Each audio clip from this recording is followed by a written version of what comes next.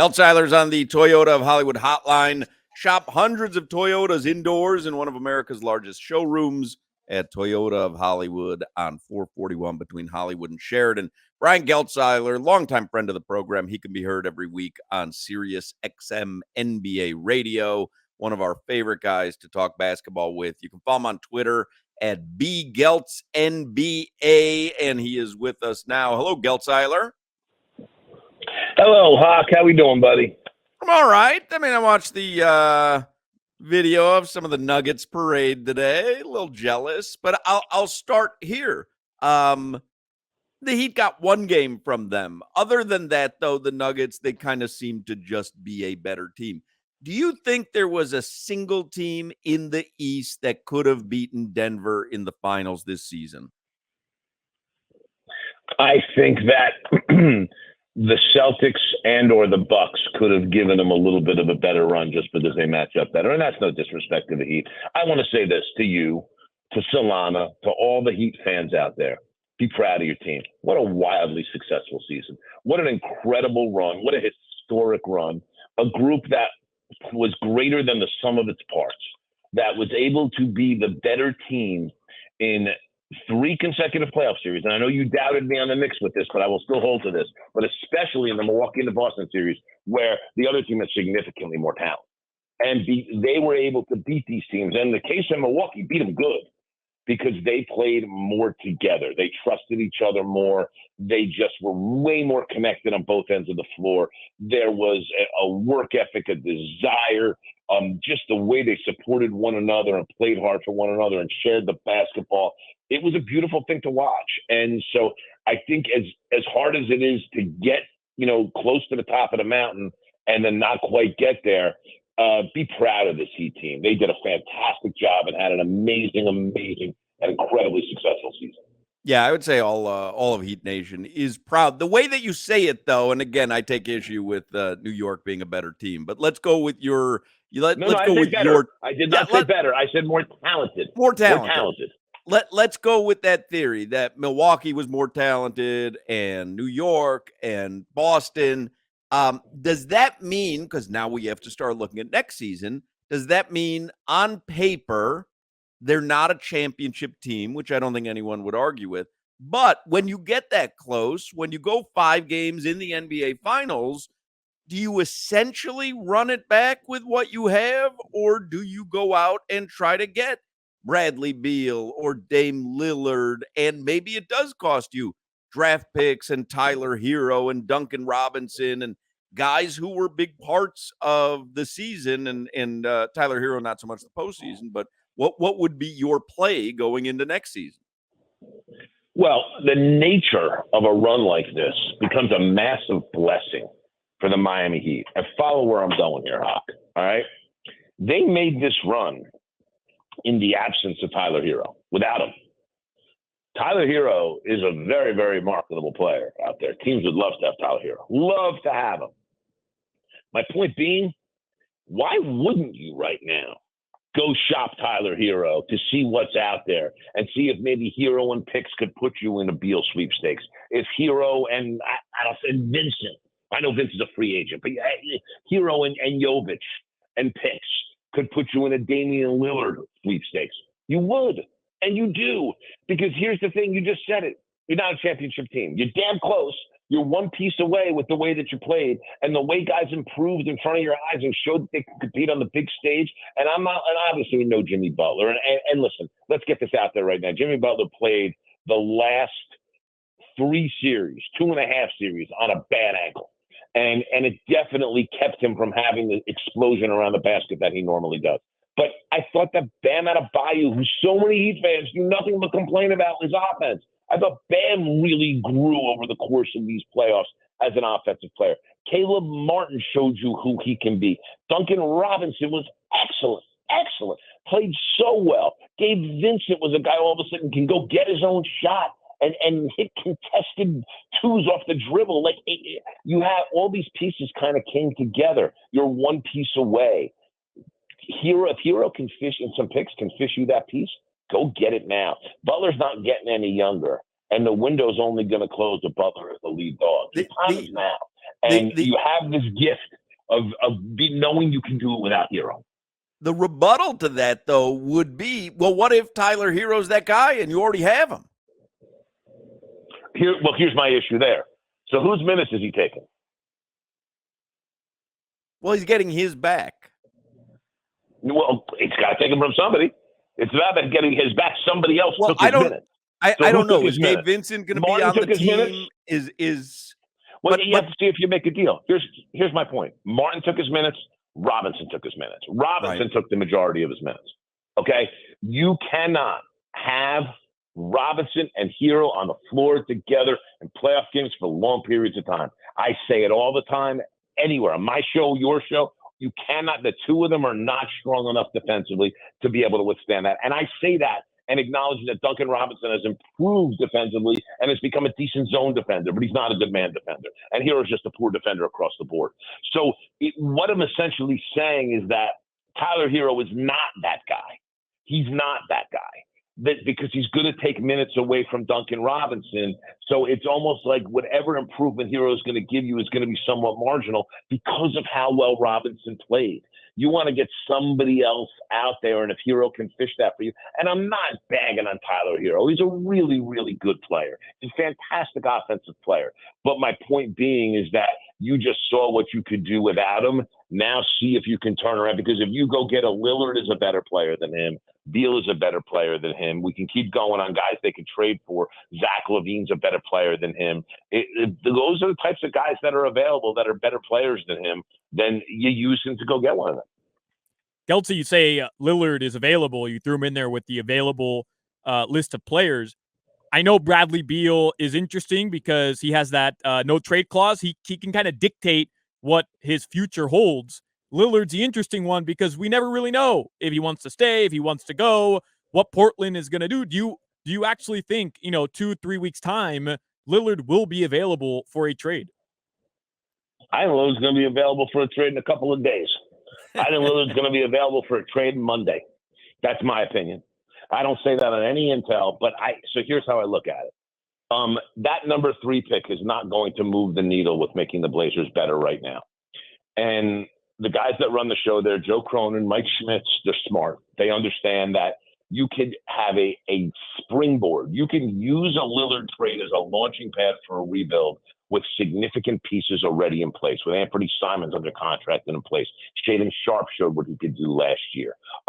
You'll get this number 3 pick, whether it's Brandon Miller or Scoot Henderson, whoever falls to you at 3. And then what you get for Lillard, you really can get better fast with younger players trading Dame now. The other thing is this: Dame's value is never going to be higher, guys. He's never going to be higher. And I think for Dame here, everybody's being really polite. Dame would be better off being moved to a team that's got a chance to win sooner than the Blazers, and the Blazers would be better off moving him. And when you get in a spot like that where everybody's being polite, they're going to be polite, right to the last possible moment where they're going to look at each other and say, this is best for all of us. Let's go forward with it. And that's truly what I think is going to happen. I will be surprised if Damian Lillard is still on the Blazers when we break free agency July 1st. And the reason I say that is because I think it is important, if they're going to do something and make a deal, to make a deal before the draft. So they have an idea, whoever they're going to take, whether they're going to have Damian Lillard on their team or not. Now, we talk about some of the ancillary pieces for the Heat. 2 of them, Gabe Vincent and Max Strus, are free agents. But I'm going to put 4 of them together in the question. The 4 undrafted guys: Gabe Vincent, Caleb Martin, Duncan Robinson, Max Strus. Who did the most for themselves, value-wise, during this postseason? Well, Martin's signed already, if I'm not mistaken. Martin and Duncan Robinson are signed. Are both under contract. Gabe Vincent and Max Strus are free agents. But they did themselves, like Duncan Robinson did something for himself as trade value, even though he's under contract. Gabe Vincent and Max Strus might get starting jobs elsewhere. So who'd you say did the most for themselves? Gabe Vincent, no doubt. Listen, Duncan Robinson, first of all, he may have hurt himself because now somebody might trade for him where he was a toxic contract no one wanted to trade. And I can tell you, I know enough about Duncan Robinson, even though there's nowhere else he'd rather be than Miami. So, Right. and Martin, listen, Martin's under contract, and Martin did more for the Heat than he did for himself because now the Heat have this really undervalued asset in Caleb Martin. It's clearly Gabe Vincent. Going into a free agent year, he showed that he can run an offense on a team that can advance deep into the playoffs. Listen, I love Kyle Lowry. I appreciate how crafty he is. I appreciate how strong, how tough. I love his attitude out there. I love his attitude off the court, too. He's become really, almost a kind of a dignitary in the league, a stage veteran, been around the block, played with a lot of teams and a lot of players. But Gabe Vincent was the better point guard on the team. He was the starting point guard for a good reason.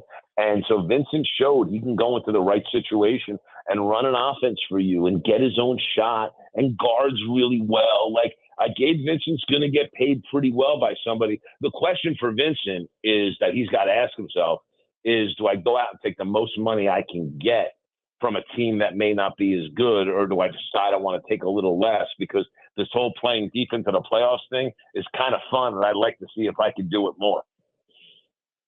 Geltzy, as far as Kyle Lowry goes, his contract is expiring. It's around $30 million. And I hear this a lot. I think we always talk about expiring deals. They become more attractive. Teams are more willing to sign an aging veteran to get that money off their books at the end of the season. Do you agree with that notion that the Miami Heat will be able to use Kyle Lowry now as trade fodder just because he's an expiring deal? Or did he kind of show his limitations? I mean, he had a really good playoff run, I think, in spurts, but I don't think he's a contributor based on the amount of money he's making right now for a title contending team. No, he's cap fodder. I feel bad referring to a player like him, any player for that matter, but certainly, a player like him as cap fodder. But that's what he is, which meaning that essentially a team would take him on with another lower priced asset to send somebody in their direction to make a trade work, not because they want Kyle Lowry, but because they want the lower priced asset or the draft picks that come along with it. So that's where he is marketable and able to be moved. It's not like somebody's just going to go say, hey, let's take an expiring contract back in Kyle Lowry and give value for him just because he's expiring. Him paired with something else can make a deal work. And make a deal viable where maybe it wouldn't have been viable elsewhere because it wouldn't work under the cap. So that's the point with him, Solana. It's not like he's going to have so much value out there. And listen, it's quite possible he would be traded to a team as part of, as cap fodder in a deal. And then at that point in time, be bought out by that team and have the choice to go play next year, come off the bench for a contender or wherever he wants. So, so there's all that stuff out there too when it comes to Larry, but individually as an asset, so to speak, with air quotes, I don't think he's that even going into the last year of a deal. Couple of quick things I saw on First Take this morning. Stephen A. Smith was off. It was Kendrick Perkins and Jay Williams. And I think it was Perk who said Russell Westbrook should take the veterans minimum, sign with the Miami Heat. And his point was that might put them over the edge. Do you have any kind of agreement on that? I thought that was out of the blue, and I can't picture Russell Westbrook in a Heat uni. I don't think he is what the Heat want, but that was Perk's idea. He'd help. I don't think he would hurt, but then you answer the question of, is that in Vincent's place or Larry's place? Because I wouldn't want to do it in Vincent's place. In Larry's, maybe. But more importantly, what I am hearing regarding Russell Westbrook and have heard is that he's very likely to stay where he is with the Clippers. And they'll work a deal out for him that's not going to break the bank. Russ has made a lot of money in his career. And it was what Russ went through with the Lakers was rough on Russ. And he got blamed for a lot of things that weren't necessarily his fault. He was a pretty bad fit there. And Russ he came as advertised. He plays the way he plays. And he got there figuring that, maybe LeBron was going to make some changes to accommodate him, which was kind of what was advertised to him. And that didn't happen. And all of a sudden he became the poster child for everything that was wrong with the Lakers. And it wasn't right. It wasn't right then. And even looking back on it, it wasn't right.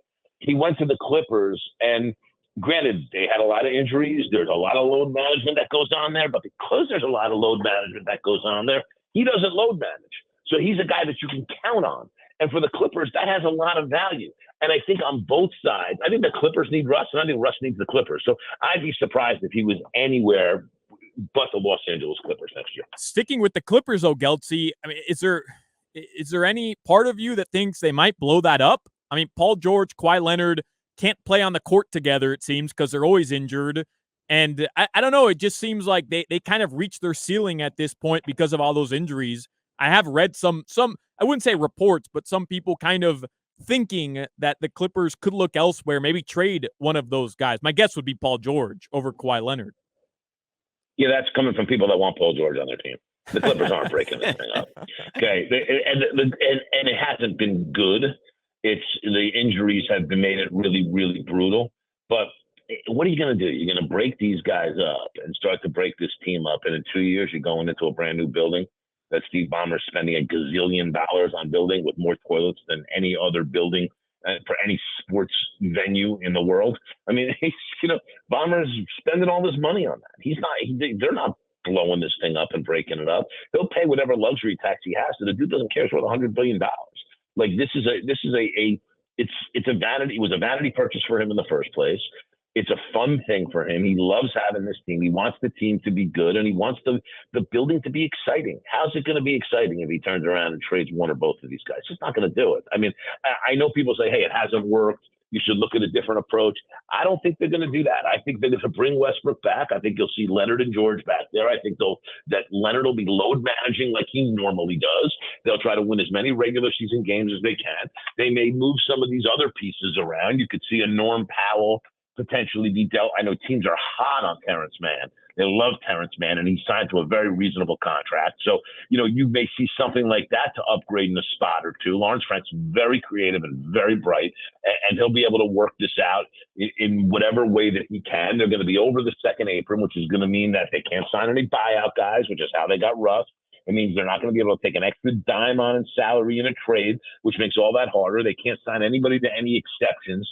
So they have a lot of limitations in how they're going to do things. I just don't see a universe where they're going to move off of Leonard or George. I think that they've achieved, even though they haven't had a lot of success, they've achieved some relevance, and that's not relevance that Steve Ballmer's interested in giving up anytime soon. Geltzy, I booked some days up on the Jersey Shore this morning. We'll be dining at Steve and Cookies. I'm so bummed when we had that text exchange this morning, and just for your listeners out there. So you're going to be in Jersey, and you're going to be down in that South Jersey Margate area that I frequent. Margate. I'm actually going to be in Atlantic City twice in July, right around the time you're there. I have an AAU tournament with my son July 5th, July 7th, an NCAA Live tournament. He's playing it. And then I have just my wife and I are going to be on vacation with our best couple friends the weekend of the 21st to the 23rd down there. So if you were going to be there at any point in time, we would have found somewhere to break bread, even if it was lunch. But now when I got two trips right there and you're there in the middle, and here's the other problem. I'd even take a ride down for a day to meet you. But when you're going to be there, I'm going to be in Vegas for Summer League. Yeah, our schedules didn't. I'm gonna be stuck with Zach Gelb not sync up on the Jersey Shore. I mean, we could have a little soft serve at the Margate Dairy Bar. Margate Dairy Bar is fantastic. It's absolutely fantastic. And keep your eyes peeled for Leon Rose. He frequents that area sometimes. Right. So you never know. You never know what you can come up with there. But I will be. I promise you this. Sometime from mid-fall to early winter, I will be making a South Florida trip. So we will connect then. You have my word. All right, very good. Brian Geltzeiler, Sirius XM NBA Radio. Would you ever order French onion soup if it didn't come with the bread or the cheese, if it was just that broth? Never. Right. Whoever does that. Right. That's what I'm saying. It's not really soup. You know what I mean? Like, it's kind of like an open-faced grilled cheese. Correct. The cheese is all the fun. Right, that's where the fun is with French onion soup. And when I have a bowl of French onion soup, I need to get a piece of the saturated bread in the soup, right, and a chunk of the cheese across the top in every spoonful. Right. Once the cheese is gone, you're done with the soup, no matter how much is left. Right. Correct. Once the cheese is done and the bread. Well, no, if the bread's still in there, I'm working the bread. Once the cheese and bread are done, I'm done. Soup's gone. I'm finished. Might as well be an empty bowl. Or as We they had call it, this an empty crock. conversation. We had this conversation with Crowder before he disconnected earlier, and Solana had never heard of an open face sandwich before. Are you shocked that he's never heard of an open face sandwich? Nothing shocks me with Solana. You know what I mean? Nothing shocks me. You know, what's this? What is he? Generation Z? They call it, Huck? Yeah, You know what I mean, you go to a good deli, they're gonna have an open face sandwich, right? I know, Geltzy, There I knew what an open face sandwich was. I just didn't think it was an actual menu item. I just thought people ordered a sandwich, and if they were trying to cut some carbs, they'd take the top part off. I didn't think it was an actual menu item. It's common at delis. Solana, have you ever been in a diner? Right.